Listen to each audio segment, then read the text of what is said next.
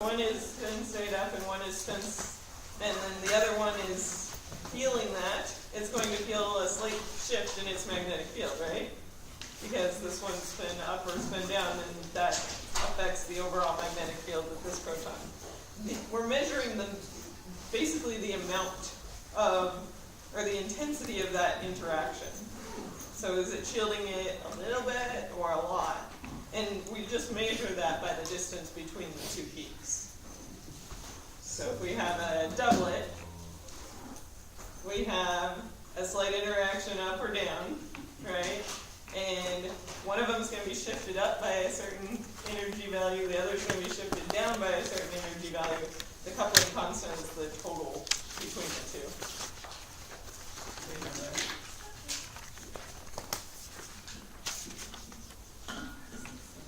Splitting here. And so this is shifted up by some delta, and this is shifted down by some delta V. And we measure the distance between the peaks as the total between the two states. So is this like like a proportion of electrons are shifted? Like, is it? We have spin state of a proton up, or spin state of a proton down, right? And we're looking at, so this is A, but we're looking at B. And B is affected by its neighbor A, by some small energy difference. And that's what we're measuring. You said try it now. Have you logged the system off? And Okay. You just have to It's logging on, it says it's cooling down, so it looks like it might work out. Thank you. Like a direct line from here to there. So, overall the coupling constant is that change in energy that we're seeing, and sometimes it sees like a stronger interaction or a weaker interaction, so they have different coupling constant, or different value in between the peaks or coupling constant. Does that help? Okay. So practically what we're doing is we're just measuring the distance between the peaks, and then this proton A and proton B should have the same interaction because they have the same conformation, same relationship to each other. And so we should be able to see A, B, one peak is split this much, then A needs to be split by the same amount. And that's a way that we can match up which protons are coupling which, when you have something more complicated than even in a long chain where you have a series of doublets or triplets that you're trying to identify which ones are which. You can identify neighboring ones by the same coupling constants. So if they have the same coupling constant, does that mean they're not the same hydrogen? But No, they're different hydrogens, but they're interacting with each other. So they're neighboring. Phew, okay, got that working.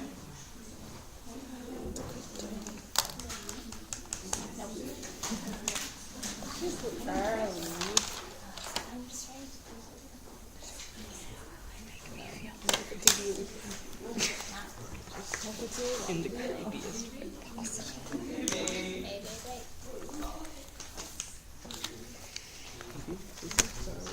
Maybe.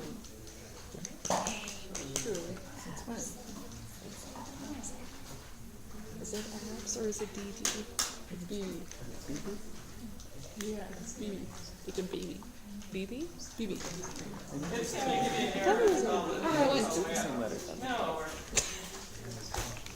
Yeah, my life is a lie. okay. Next one, there we go. Oh, sorry. Not showing again. So, first question, which of the following types of carbons never show up in a C13 inhaler?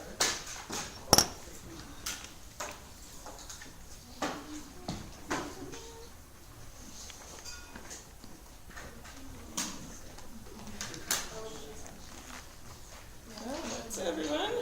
So never show up as in don't appear anywhere, correct? So our quaternary carbons don't show up in any of the the different types of depths that we see. Correct?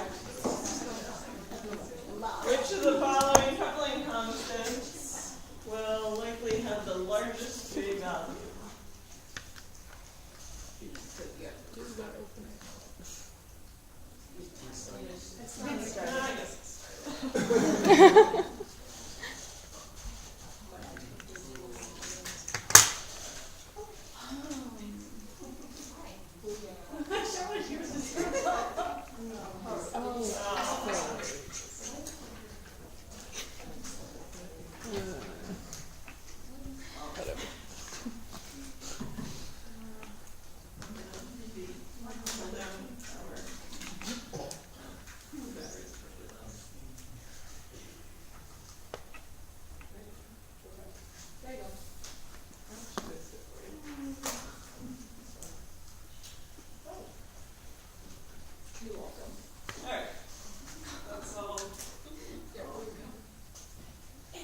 General, our one bond coupling is going to be stronger and have a larger J value than the yeah. The CR3. Wait. CR4. Yeah, that's my wrong. Yep, B is correct. So which of the following types of 1JCH values is typically the largest?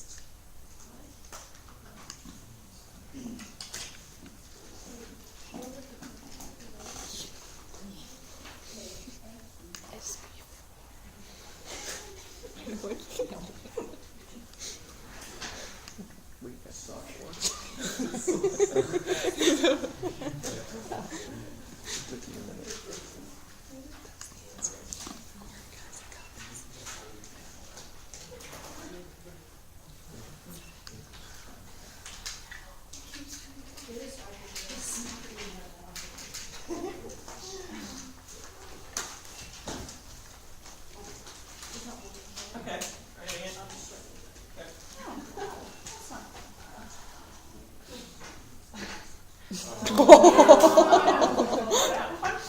Well, first off, we can just get rid of the SP4. This. So we're down to the first three, and your SP3 is at the largest.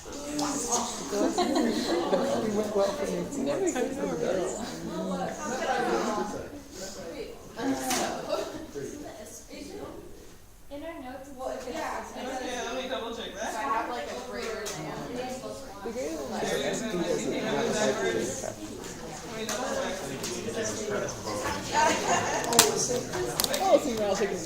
But SP wouldn't have two hydrogens attached to it. SP, yeah, so that relationship. No, it was right. Everyone's right. Okay, good. No one's on this. What was the reason behind A being right? never works. Whenever I question myself, I get it wrong. Alright, Don't let's go question through it. this. Which of the following angles alpha would typically have the largest 3JH coupling constant? Relationship. No contradictions.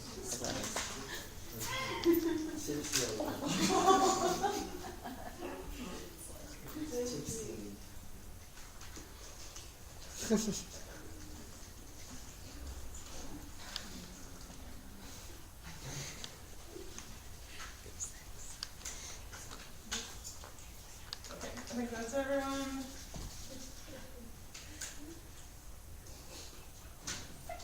So 180 tends to have the largest coupling constant. 0 has the second largest typically, and then it goes down in between those. So your 180 or 0 tends to be the highest, but 180 tends to be a little bit higher than 0. Was 120 the most comfortable one? Say that That's again. the most stable one. 180 tends, well, it depends on what's attached. You know, if you're talking about having your two biggest groups opposite each other, that does help. But then we're actually talking about the hydrogens. So they could not necessarily, or they could be. You kind of have to draw it out and see.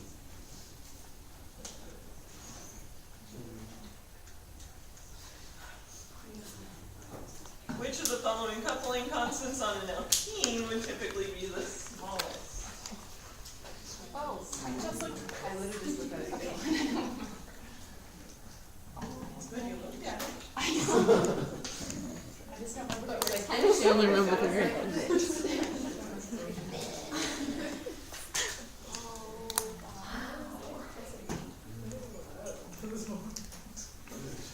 D, you could.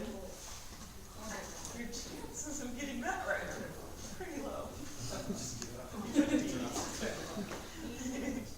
One more. Okay. Chance.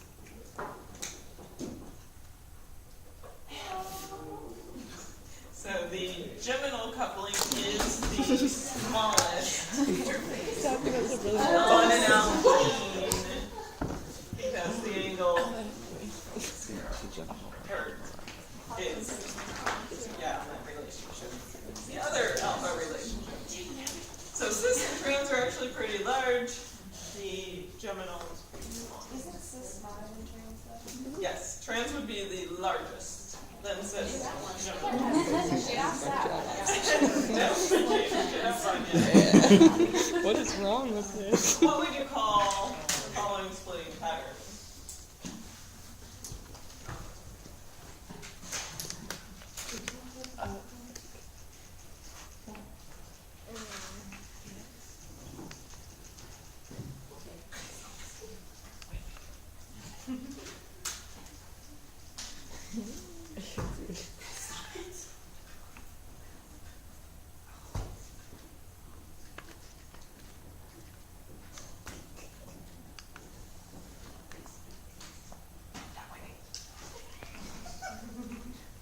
Alright, last chance.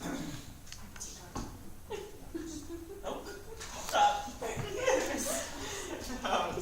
So this would be considered a doublet of triplets. I tried to make it pretty obvious on this one by separating them out. So you see essentially two triplets that have a coupling that's separated into doublets as well. So it's got a large J value to separate it into the doublets and a smaller J value to separate it into triplet.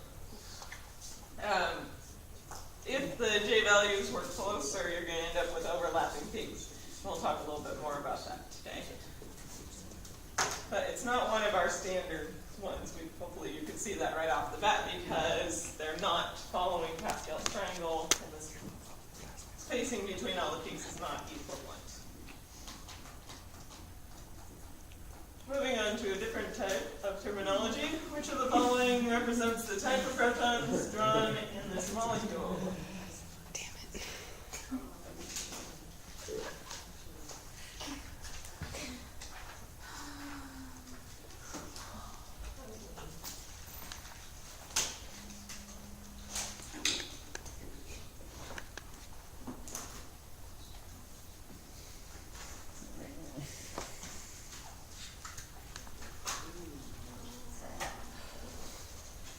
Okay, last chance.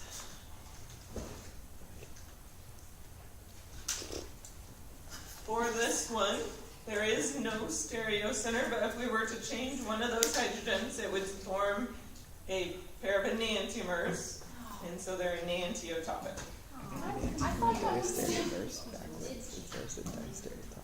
So it would be enantiomers. I just called enantiomers diastereomers in my head. so like what's wrong with like can be changed? It's not. Well, it's all of these are thought process, like just if I were to substitute this, what relationship is it And then after you change it, and then you classify it Okay. based on that. If we like before. If we substitute one of the H's, Yes, for a deuterium. then it would be a, We form a stereocenter. and that's what makes it an enantiomer. Yes. How? Oh, so you have to have So two you H's. would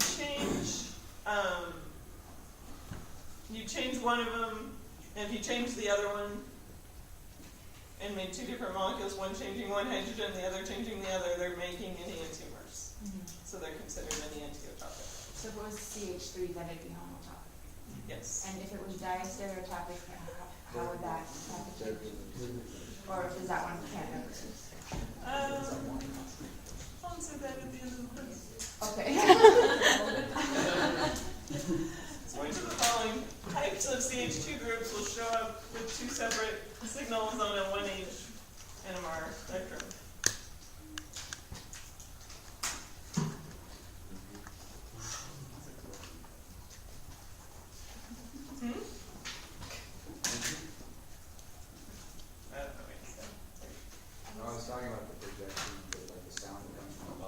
things. His is plastic, mine's rubber, that's why it's so loud.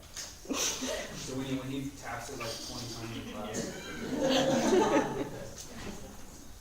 Alright, we wasted no time. There we go.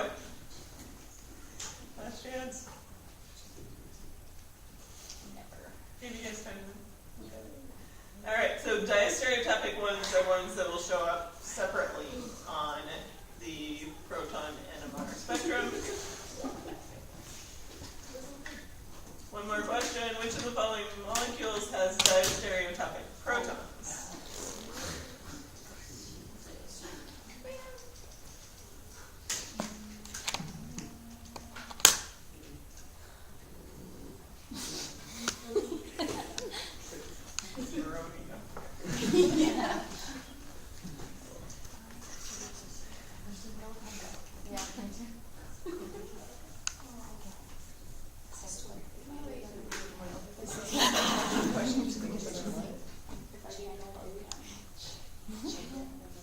Okay.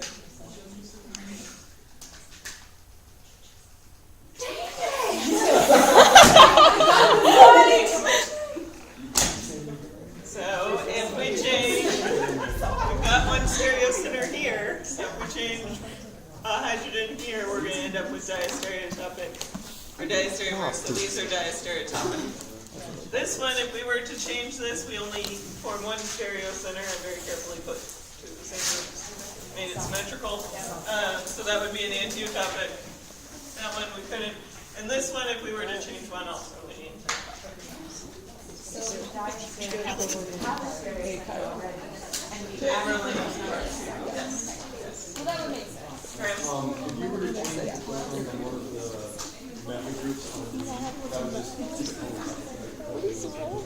Yes. So what if we change one on A and B? Would that make it? Well, if we change the CH2 group on A, those would be an antiotopic. Right.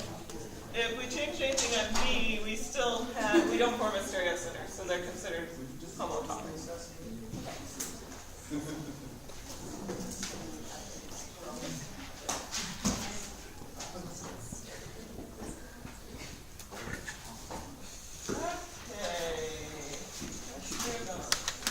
Is it a money sign? Oh, no. Let's go back. Well, we are going to continue on. How about that? Well, we were working on it, we'll hopefully. We were here. Everyone open up, Bill.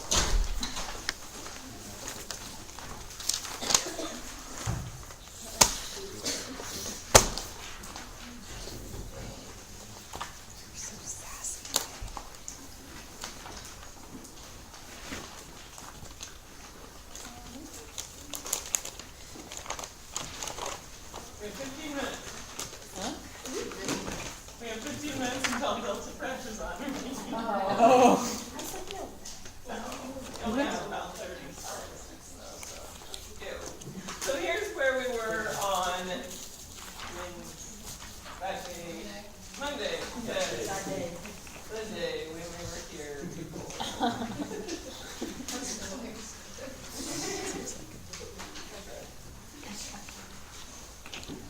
I'm going to delete all these, and then we'll redo them together.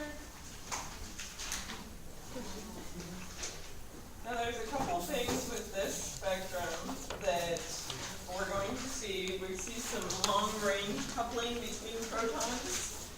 We're looking at the blow-up of the peak, and sorry, the referencing is wrong. This is the peak that's at 5.88 to 5.9 on your spectrum. And this is the blow-up of it. So when you're measuring coupling constants for a multiplet like this, you want to first get the distance between the first peak and the second peak. And that's going to be one of your coupling constants. So that's going to be 1J value. Then you want to do from the first peak to the third peak will give us another J value. you want to look at the next peak over. So we are at 4. Give us one more. You may also look at the last one, this peak 5 over here, or another coupling constant. So you always start at the outside one and then measure in, and measure in, and measure in. Your book goes through an explanation of different ways that they line up or don't line up. There are times when this distance may be equivalent. So it may be that this plus this is actually 2 times the original value. So that's actually the same coupling constant, probably. We're going to do this a little bit more with, or I'll recommend a little bit of trying to measure them out and then using a simulator to try to see if you have the right values or not. So we'll do in 2 methods there. So we are going to first measure the coupling constants. So we have a J value. This one on this side is 7.06. On this side, 7.45. But if you look real closely at this peak here and this peak here, note that they're both slanting to one direction. And there's actually an overlap with 2 peaks here that is causing that peak to be a little bit broader than the nice sharp peaks that we see on other peaks in the spectrum. So that tells me that there's a coupling constant that's very similar that's coupling these, but it's not quite the same. And we're going to go with those 2 values, and we'll see them, or similar values, on other peaks in the spectrum. So we're going to call the first J value 7.0, another J value of 7.45. And if we had enough resolution, you would probably see 2 peaks here, and we would measure from here to here and here to here. For the next one, we're going to measure from here to here, and we have a J value of 10.2. And we're going to label which ones these are after we identify them and cross-examine the other peaks. Sammy? What peak did you go from?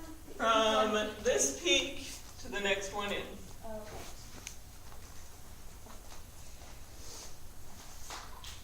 And then our last one is actually, it's not to this peak here. That's actually a multiple. Actually, I'll measure that. So this peak to this peak is 14.5, which actually is pretty close to a multiple of 7. So that's actually just one of our J couplings that we already saw. And we'll see this when we overlap them. Sheldon? So would you ever take the J value from like a left peak to a right peak? You wouldn't go all the way across, no. Unless that's only for a doublet. If it was a doublet, you'd take the 2 on, because you only have the 2 peaks. But no, it's going to be multiples, because remember when we do our tree diagram, where you're splitting each time by J values, you don't have one that splits it all the way across. And we'll draw out the tree diagram of this guy. So the last one is going from here to the tallest peak on this side, which is 1706.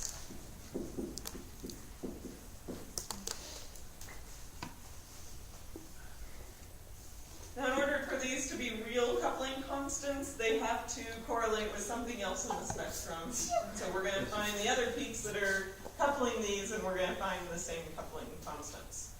Okay. So the other side, we already found out that the first 2 peaks aren't quite the same. Do we need to like check and make sure the other ones are as well, or? I can show you. So those 2 are 10.2. So they are the same on this one, because that's not one that's kind of overlapping. Here to here. It should be relatively constant if you don't have that kind of overlap that we're seeing.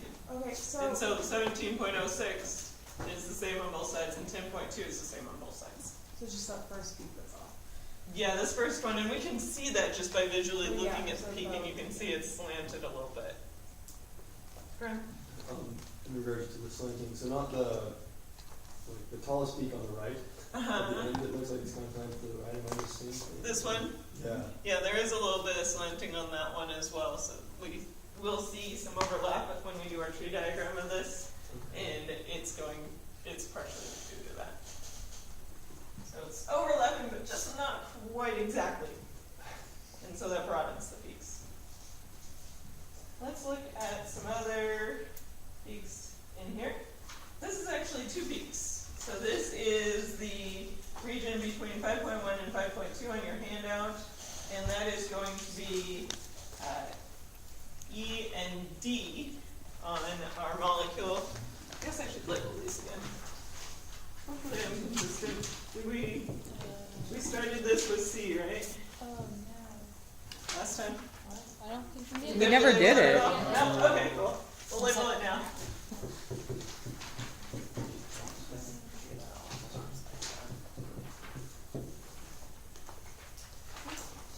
So we're looking at the allyl group on that structure, and I'm just going to label the big cyclic thing as R. So C was the peak we just looked at 4.85. D and E are our other alkene protons. They're shown on the screen here and on your handout when it's referenced properly. Should be 5.1 and 5.2.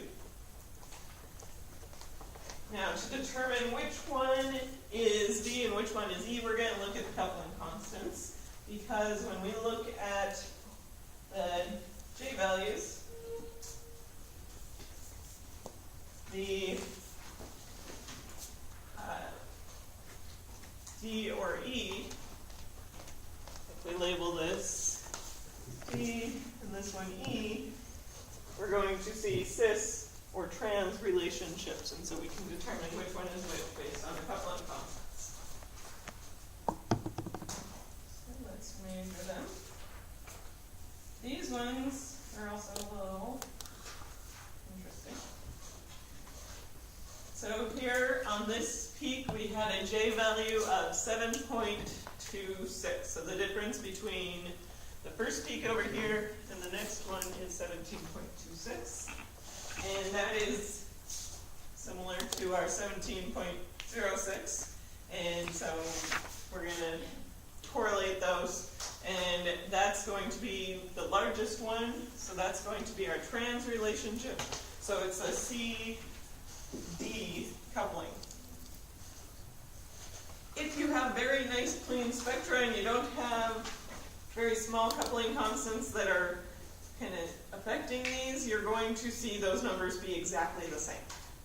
But as we inspect this one visually, notice there's little shoulders on the side here, and our peaks are not quite symmetrical. So this is actually due to some long-range coupling in the system between our CH2 group and the end of our alkene, or J4 coupling for our allylic coupling. And it's very small, so we just see broadening of the peaks. And it we don't get quite the right J value. It's not quite the same as the other one is, but it's pretty close. How did you know, I missed it, how did you know that C is coupling with D and C is not coupling with E? Oh, it is. How do you know? Oh, but this peak, Yeah. this peak is D. Okay. This set right here, which is a doublet of doublets, is D, and that integrates to 1. The next set that's next door to it is E. So that's the other proton on the alkene, which they show up differently because they're cis and trans to the hydrogen. Let's measure the other coupling constant.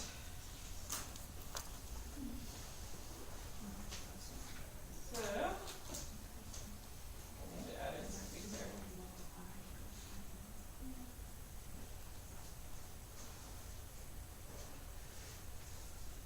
We're going to measure from here to here.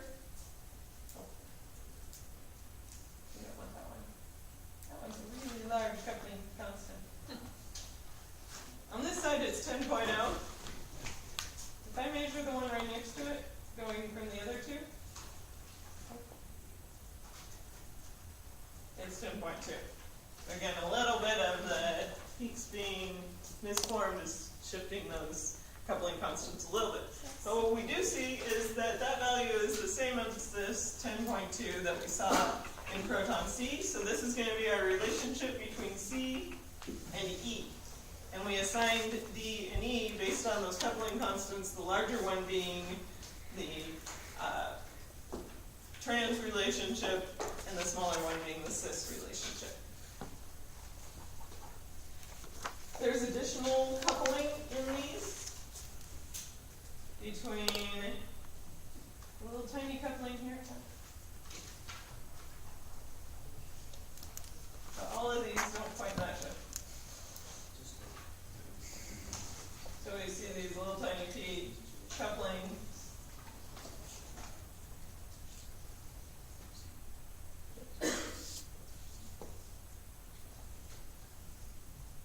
All of them being somewhere between 1.5 between 1 and 1.7. So I would actually assign this, it's not real pretty. Typically they're prettier than that. Our JDE, which is our geminal coupling, is somewhere between 1 and 2 hertz. So we see a very small coupling between the two, but not very large, and that makes sense because they are geminal, and geminal relationships have very small coupling constants.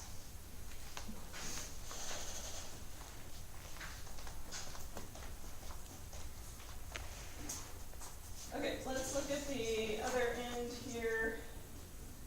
These protons, which show up on yours between 2.6 and 2.9, are going to be the CH2 group. And they are diastereotopic because we have a stereocenter in our molecule. And so they show up as separate peaks, which we see here. So we have JA and JB. And to be honest, I don't know which one is which. If I had more in-depth spectra, I could assign them.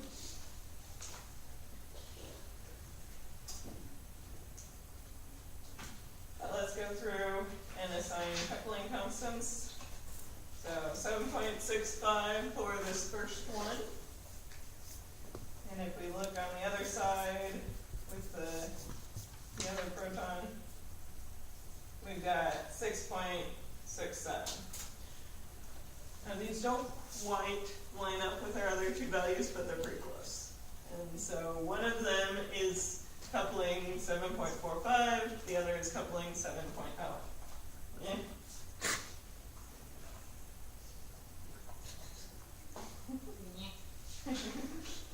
We get 15 more minutes now.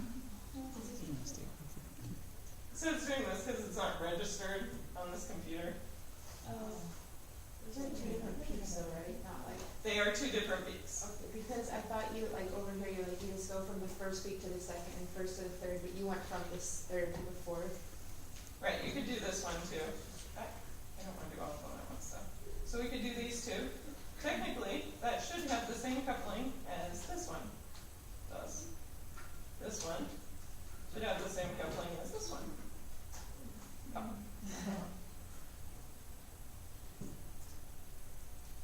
Which they do. They're pretty close.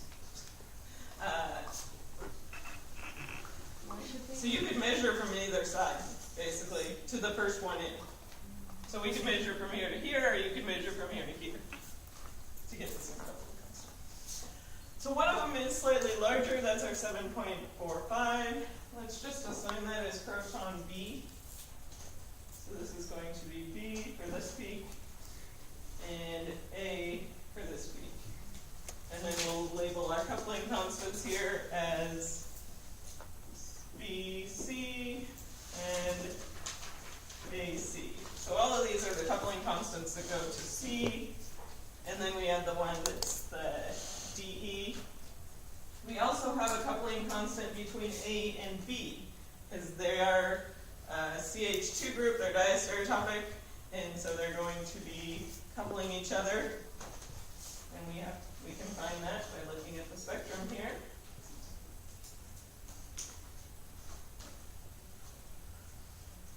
So if first line to the third line.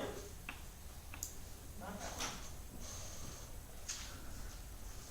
We see 17.73. So the first line here to the third line is 13.73. On the other one, we can do the same thing. So let's go from the first line to the third line. 13.92. So we're somewhere about 13.8 is our coupling between A and B.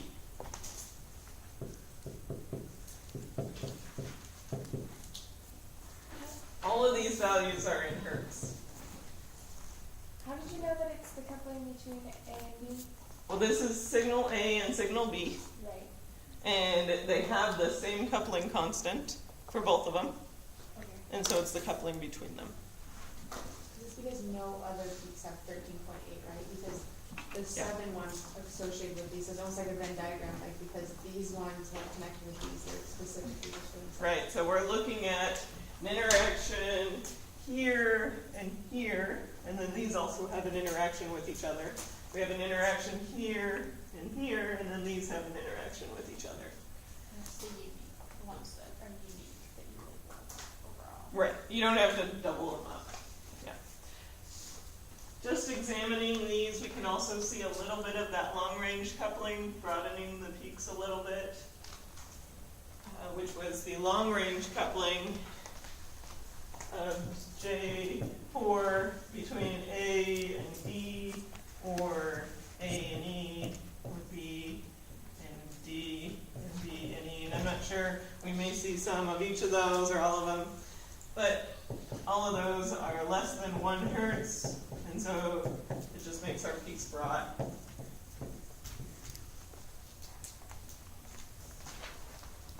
We also see a little bit of a second order coupling.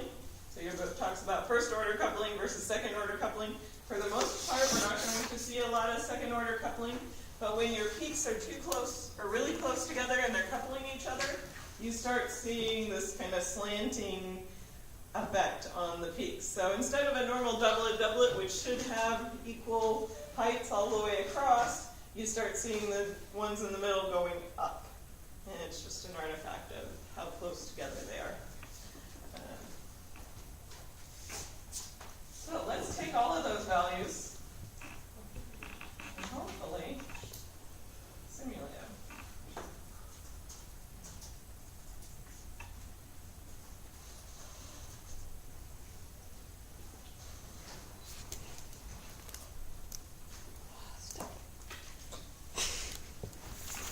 This is one of the websites that you may have encountered when you were doing your predicting of the NMR signals and chemical shifts.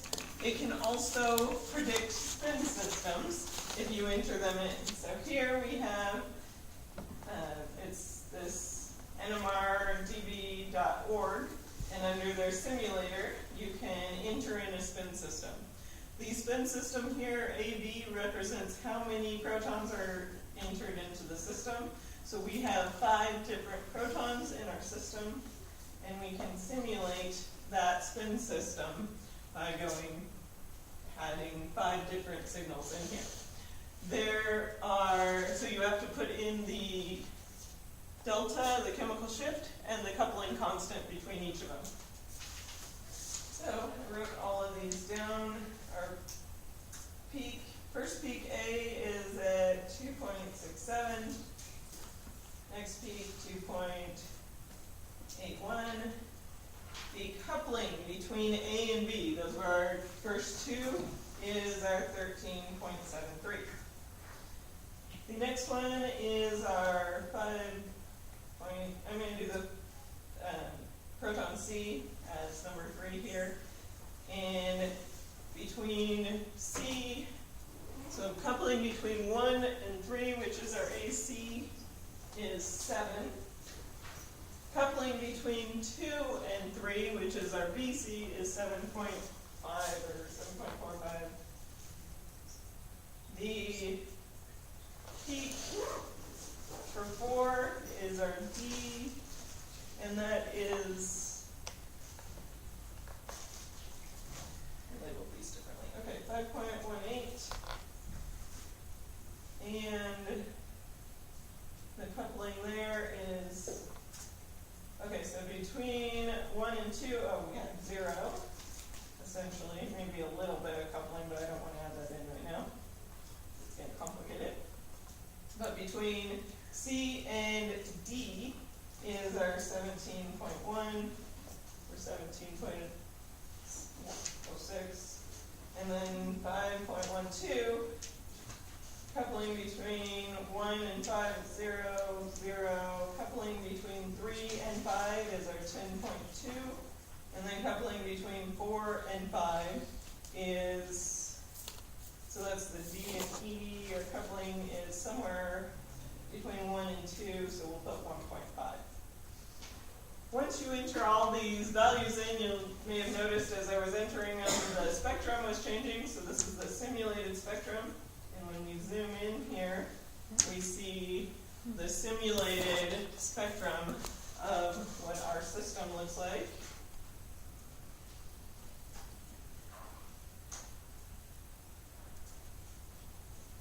Let's compare those two. We'll see a pretty close correlation between the two.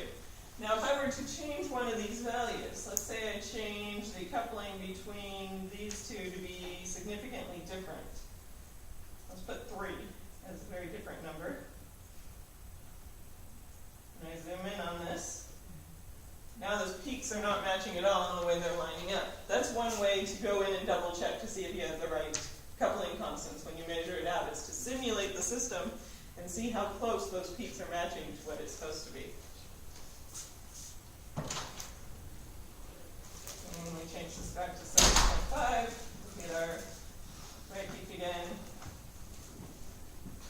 And also want to look at this region. We have our doublet of doublets, which is pretty close to what we had. And then when we look here, we see the doublet of doublets with the 2 in the middle being a little bit taller. So once you've decided on all these values, you have to have the chemical shifts and the coupling constants between the two. You can simulate the system. We can also draw out a tree diagram, which is what we're going to do next. We're just going to do this for one of our protons.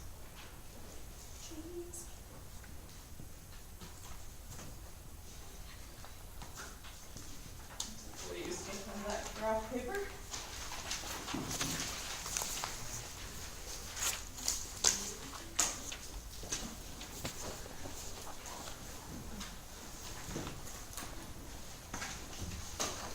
So we will start here at the top in the middle.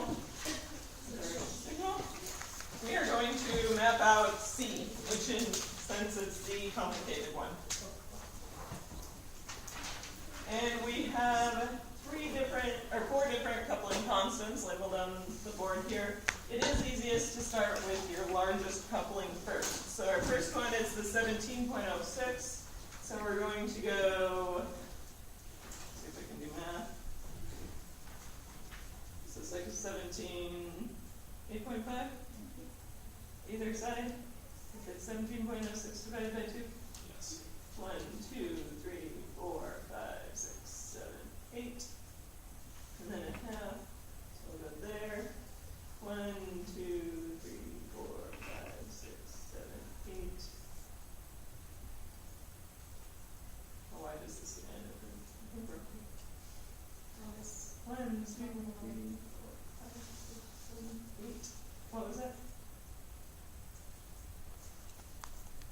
We're gonna have to go like 8 more out. 8 more out? Yeah. We can do that. Okay, thank you. So this is our first coupling. I did it at half scale, but it got kind of confusing as to where I was. So we have our 17 hertz to divide it into a doublet for our JCE. Then we have a new one divided into a doublet. We're going to go with the next largest one, which is our JCD, which is 10.2. So we're going to go 1, 2, 3, 4, 5 over.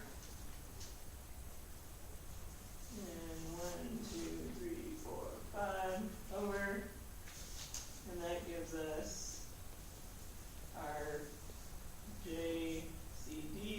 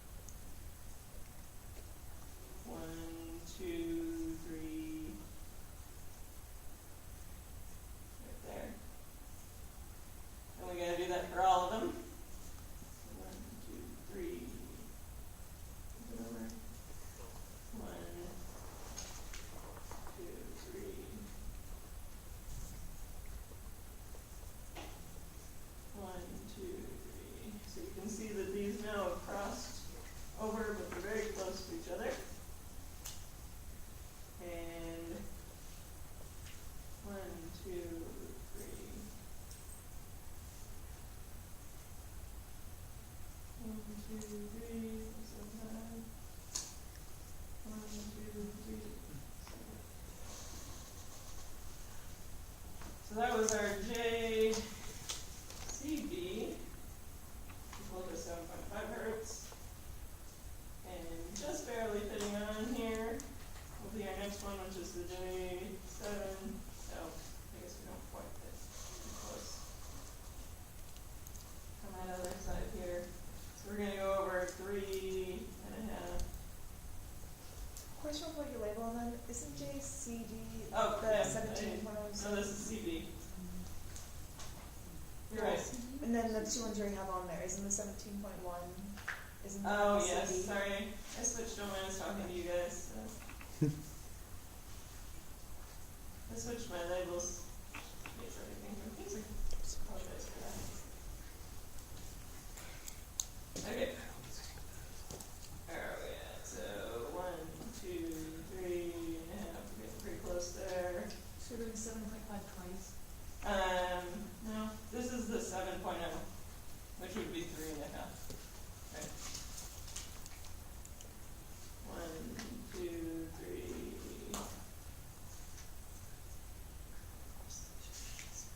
So this is 1, 2, 3. So we're here. 2, 3. Screw that. This is just making one week. 1, 2, 3. These ones are overlapping, so I'm gonna do them together here. So 1, 2, 3. Which is 17.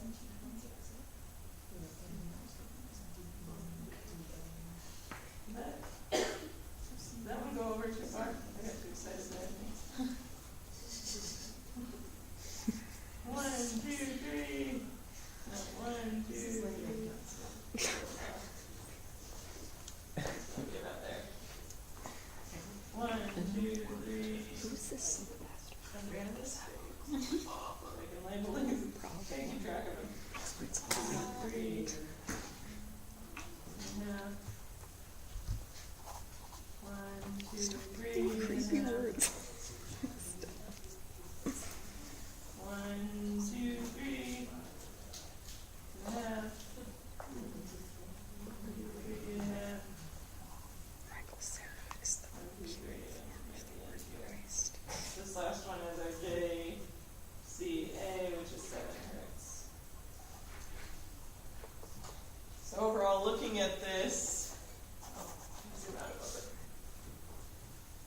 There you go. Looking at this, we have something very similar to the system that we have on here. We do. Oh, I guess you can't see both at the same time, can you?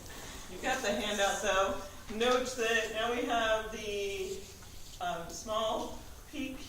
This one's doubled in intensity, that one's a little bit smaller, this one's doubled. This one's essentially tripled, and then there's a gap, and we have a tripled, and then I may have lost a couple here, but we have littler ones, doubled, and the small one on the side, and if you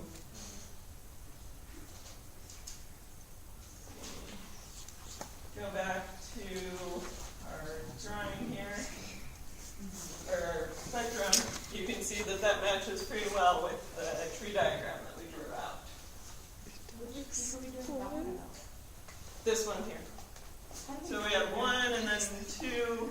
We should have a little bit of a closer gap here and here. That one's quite a bit taller, so we should have some lining up. We have to have just the right coupling constants so we get them to line up exactly. So we do all of the coupling constants that are associated with that from biggest to smallest. Mm-hmm. Just like on the post op, we end up doing like the same coupling See constants the ones 3 that times, that's but then triple. having like a Before different you need to constants double. for that. When you have the same, like if you have a CH3 group and they're all splitting the same way, then you're gonna do a doublet once, twice, 3 times, because they're all doing a doublet at the signal. So these ones are all unique. Sometimes if you have 2 protons that are the same, you'll want to split it once with 1 coupling constant and then once again with the same coupling constant. Now what would we call this? Oh, it's a doublet, a doublet, it's a doublet, it's a doublet, right? What? What is that? It's split by 4 protons into a doublet. So doublet, doublet, doublet, doublet. D, D, D, D. Wait, how do we know? It's split by D. Now, just looking at this, Oh, we may God. not have identified what exactly it was, right? No, just by looking at that, you probably couldn't tell. And actually, this is more like an apparent doublet, doublet, triplet, because that one coupling constant was so close that they were overlapping a little bit. So it looks a little bit more like a doublet and doublet, triplets. Okay, so And is it a just by looking at this, you wouldn't be able to tell right off. Is it a doublet of doublets to doublets because C is being split by D, E, D, and A? Yes. And each of them split it into a doublet. Oh. Unfortunately, it's not all the same with the n+1 rule, and so it gives us much more complicated peaks. Okay. This is not a multiplet. Multiplets look like they're all like overlapping, but you can't really tell. There's no distinctive peaks. This has very nice clean peaks, even though it's complicated. Alright, so no class Friday, right? Yay! Monday,